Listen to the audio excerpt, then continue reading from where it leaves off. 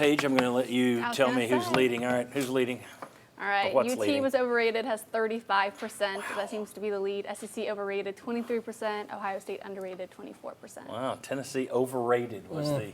I don't know that I agree with that one.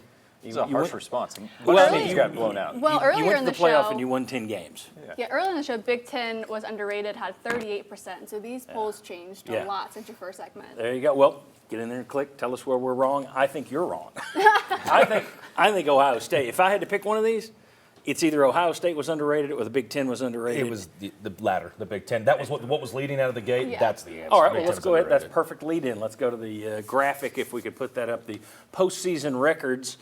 There you go. Big Ten so far in postseason play 9-5. The SEC 8-6. That's okay, not terrible. You look at the ACC, it was 2-11. Good Lord. But the problem with the SEC, and we all sit down here and we laugh. That big, slow Big Ten can't keep up with our speed. They kicked your fanny in 4 out of 5 games. So Big Ten 4-1 against the SEC so far. Not great. How does the SEC respond? And I'll start with Josh down here because I know they wanted more than 3 teams in the playoff. The idea that you got 3 in and the ACC got 2 in, that's not going to sit well with Greg Sankey. The idea that the seeding was messed up, he's already talking about that. But you had some SEC coaches, and ADs.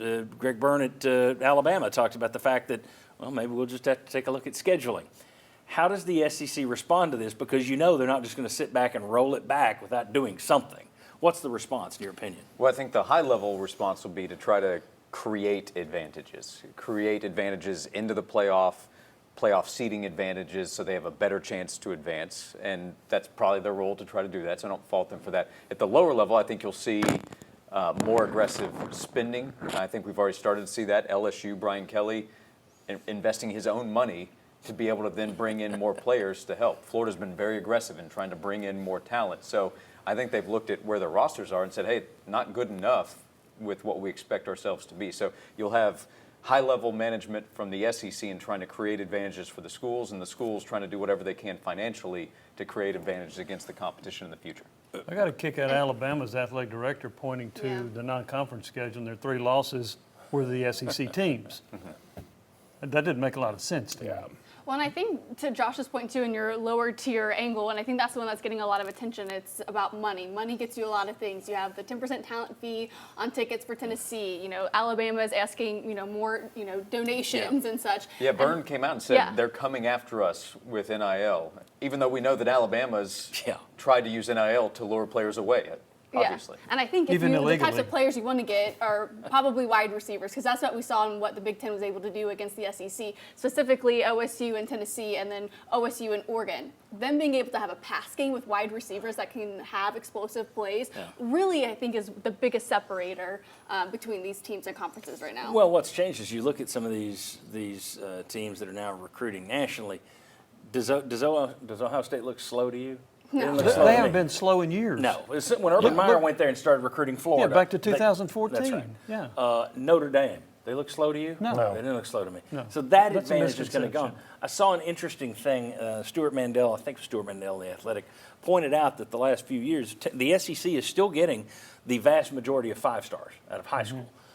The trick is, instead of Alabama and Georgia and LSU getting 3 or 4 of them each, it's now 1 for Georgia, 1 for Alabama, 1 for Oklahoma, 1 for Tennessee, So the money has spread it out inside the league. The league still has more talent, but it's no longer Alabama's your juggernaut, Georgia's your juggernaut, whereas I'm not sure in the Big Ten the stars they're getting are still going to Ohio State and Michigan.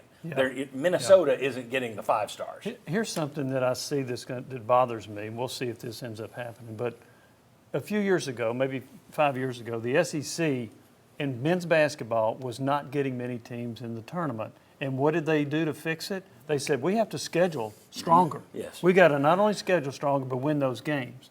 Now, because 3 teams, in my opinion, got an advantage because of a weak schedule, Indiana, SMU, and Tennessee, I think the SEC might look at it and say, well, why do we need to go out and schedule a tough non-conference slate?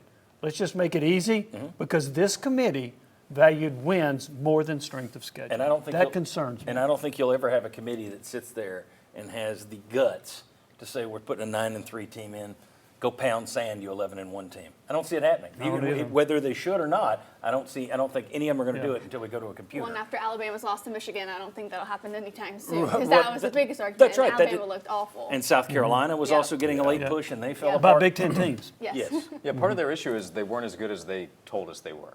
Yeah, it was a down year. And I spent half the year talking about, they're beating each other up because it's such a great conference. No, they beat each other up because it was a down year. Go ahead. You brought it up on the program. You said you needed a barf bag that came in with a plane seat because I said Dog Meat University. Keep scheduling crap teams. You don't like it. Directionals. No, I hate it, It's but- good. But guess what? We asked on the station, would you rather have no-name teams come to the University of Tennessee and continue to pay upwards of X amount of dollars for your seats and your talent fees? Or would you rather see good teams but maybe risk not making the college football playoff? I'm talking almost unanimous. We don't care who comes to Knoxville between September and November. Get to the playoffs.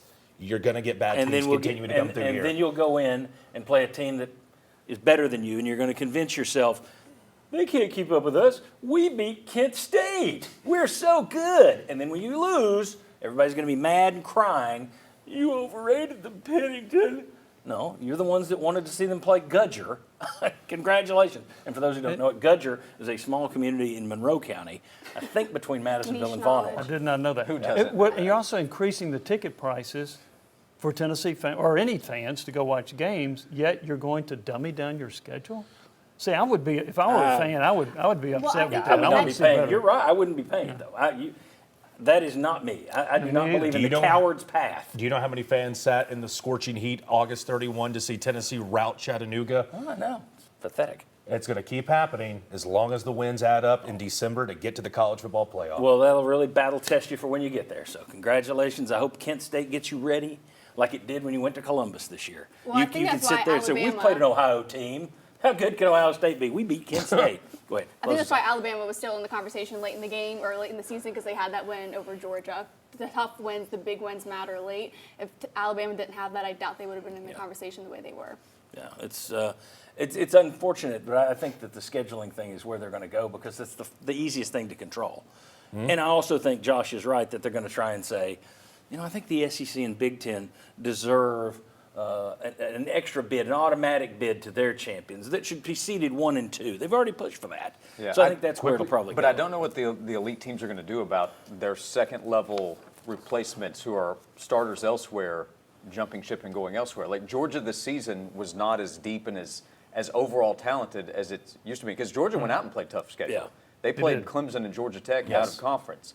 But they still weren't as good as they've been the last few years, and that showed up against Notre Dame. Quickly, Tony Petitti, Greg Sankey, they said earlier this year they'd like to get together and do an in-season, perhaps schedule, adding one team on each schedule for the Big Ten versus the SEC. Stop talking and actually pull it off. We'll see where it I'd goes. love I to don't see think that. they'll do it. I don't think the SEC I wish will it want. would. Yes, so I do don't I. think the SEC will want to do it after seeing these numbers.